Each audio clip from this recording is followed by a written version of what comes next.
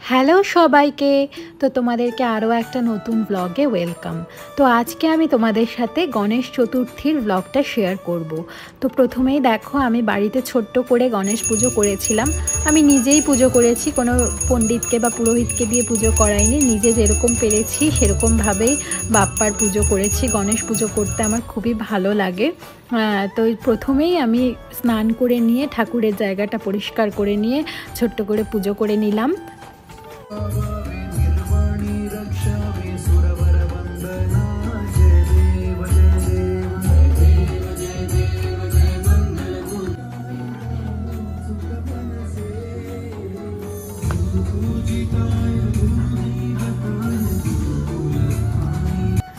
দেখো, এখানে আমি শাড়ি পরে সাজুগুজু করে রেডি হয়ে গিয়েছি, অর্কও রেডি হয়েছে। কালকে আমরা বেরিয়েছিলাম, বেরিয়ে দেখলাম যে এইবার কুচবিহারে বেশ অনেক জায়গায় গণেশ পুজো সেলিব্রেট হচ্ছে। সেজন্য ভাবলাম যে না, আজকে ঠাকুর দেখতে বেরোবো। সেজন্য সন্ধেবেলা দুজন রেডি হয়ে বেরিয়ে পড়লাম ঠাকুর দেখতে। আর এখন না বেশ বাইরেটায় বেরোলে, দিনেই বলো আর রাতেই বলো, একদম পুজো পুজো মনে হয় যে পুজো আসছে। পুজোর সময় যেরকম একটা ওয়েদার থাকে, যেরকম আলো থাকে, ঠিক সেই রকমটাই। যাই হোক, প্রথমেই আমরা চলে গেলাম ঠাকুরদিঘির ওই দিকটায়, সাহিত্য সভার ওই দিকটায়। দেখলাম বেশ রাস্তায় লাইটিং করে বেশ ভালোই বড় একটা পুজো হয়েছে। এটা হচ্ছে মন্দার মোড় বলে একটা মোড়, সাহিত্য সভার ওই দিকে, সেইখানে ঠাকুরটা। তো ঠাকুরটা তো খুবই সুন্দর লাগছে দেখে, এত সুন্দর করে বড় করে পুজো হয়েছে। আর এখানে ফাংশনও হচ্ছিল। তো ওখানে ঠাকুর দেখে, ঠাকুর নম করে তারপর কিছুক্ষণ দাঁড়িয়ে আমরা ওখানে ফাংশন দেখলাম।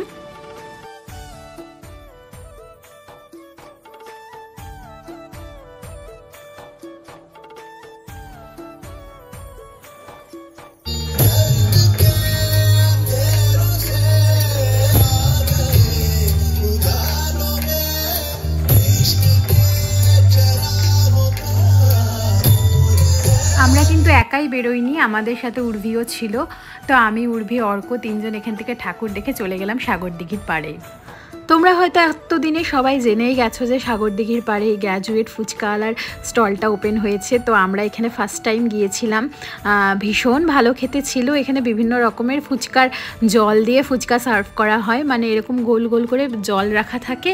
কোনোটা ঝাল জল, কোনোটা পুদিনা জল, কোনোটা আবার জলজিরা দিয়ে জল, কোনোটা নর্মাল জল। এভাবে ঘুরে ঘুরে প্রত্যেকটা জল দিয়েই তুমি ফুচকা খেতে পারবে। আর ফুচকার স্বাদ তো আলাদা করে কি বলবো, অসম্ভব ভালো খেতে ছিল। আর এখানে ফুচকাগুলো ভাইটার কাছে শুনলাম ও এটা নাকি সাবুদানা আর হচ্ছে তোমার সুজি দিয়ে বানানো, তো খানিকটা হেলদিও বলতে পারো। আমার তো প্রত্যেকটা জল দিয়ে খেতেই ভীষণ ভালো লেগেছে। আর শেষে কিন্তু একটা স্পেশাল ফুচকা ছিল, সেটার স্বাদ তো দুর্দান্ত। আর নিয়েছিলাম 1 প্লেট দই ফুচকা। দই ফুচকাটাও অসম্ভব ভালো খেতে, আর এতটাই মানে স্টাফিং দিয়ে ভর্তি যে তুমি যদি 1 প্লেট দই ফুচকা খাও তাহলে একদম পেট ভর্তি হয়ে যাবে।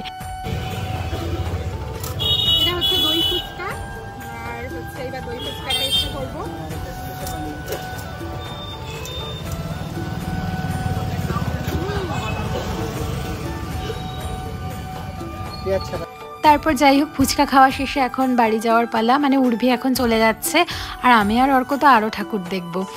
তো এখানে উর্ভিকে টাটা করলাম। তারপর আমরা ঠিক চলে গেলাম ট্রেন্ডসের সামনে।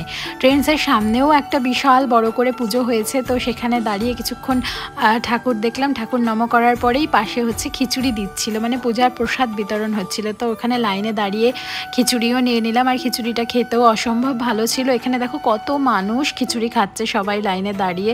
তো আমি আর অর্ক দাঁড়িয়েও এখানে খিচুড়ি খেয়ে নিলাম।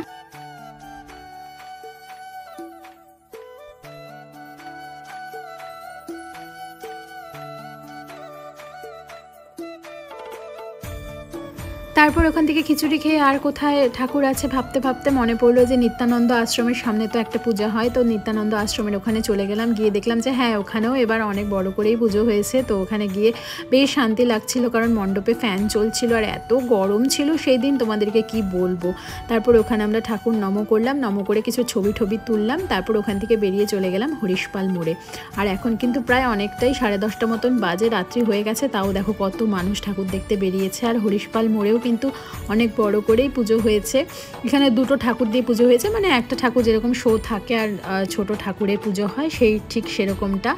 তো এইখানে আমরা ঠাকুর নম করার পরে এখানেও কিন্তু প্রসাদ বিতরণ হচ্ছিল। তো আমার পেটে আর এক ফোঁটাও জায়গা ছিল না, কারণ ওই ফুচকা খেয়েই তো পেট ভরে গেছিলো। তারপরে আবার ট্রেন্সের সামনে খিচুড়ি, তো এখান থেকেও আমি খিচুড়ি নিয়েছি প্রসাদ যেহেতু, সেটা নিয়ে তারপর ওটা ভাইয়ের জন্য নিয়ে এসেছি, ওটা আর খাওয়া হয়নি। যাই হোক, তাই এটাই ছিল আজকে শেষ ঠাকুর দেখে কিন্তু আমরা বাড়ি ফিরে গেছি। আর একটা ঠাকুরকে আমরা নেমে ওখানে দাঁড়াইনি, এটা হচ্ছে পোদ্দার যে নার্সিংহোম তার সামনে যে পুজোটা হয় সেই ঠাকুরটা, এটা তোমাদেরকে আমি গাড়ির থেকেই দেখাচ্ছি। তো এটা আর আমরা নামিনি, গাড়ির থেকেই নম করে নিয়েছি।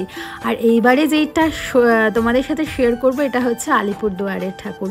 তো আলিপুরদুয়ারে তো আর আমি যাইনি, অর্কর পরের দিন অফিস ছিল, তো অর্ক অফিস থেকে তোমাদের জন্য ভিডিওটা করে নিয়ে এসছে। ওখানে দেখো কত বড় করে কত সুন্দর ডেকোরেশন দিয়ে গণেশ পূজা হয়েছে, এটা না জানি রাত্রিবেলা দেখতে কতটাই সুন্দর লাগছিল। তো আমার তো যাওয়া হয়নি, তাই ওর ভিডিও করার জন্য আমিও দেখলাম, তোমাদের সাথেও শেয়ার করলাম। তো এই ছিল আমার গণেশ চতুর্থীর ব্লগ। আশা করছি তোমাদের ব্লগটা দেখতে ভালো লেগেছে। আমি যতগুলো ঠাকুর দেখেছি সবগুলোই তোমাদের সাথে শেয়ার করলাম। তো ঠাকুর তোমাদের সবার খুব মঙ্গল করুক, সবাই ভালো থেকো। আর এই ব্লগটা যদি ভালো লেগে থাকে তাহলে অবশ্যই ভিডিওটাতে লাইক করে দিও, আর আমার চ্যানেলটাকে সাবস্ক্রাইব করে আমার সাথে থেকো। তোমাদের সাথে দেখা হবে নেক্সট ভিডিওতে। সবাই খুব ভালো থেকো। আর এই দেখো এখানে দুর্গাপূজার পুরো প্রস্তুতি তুঙ্গে। টাটা।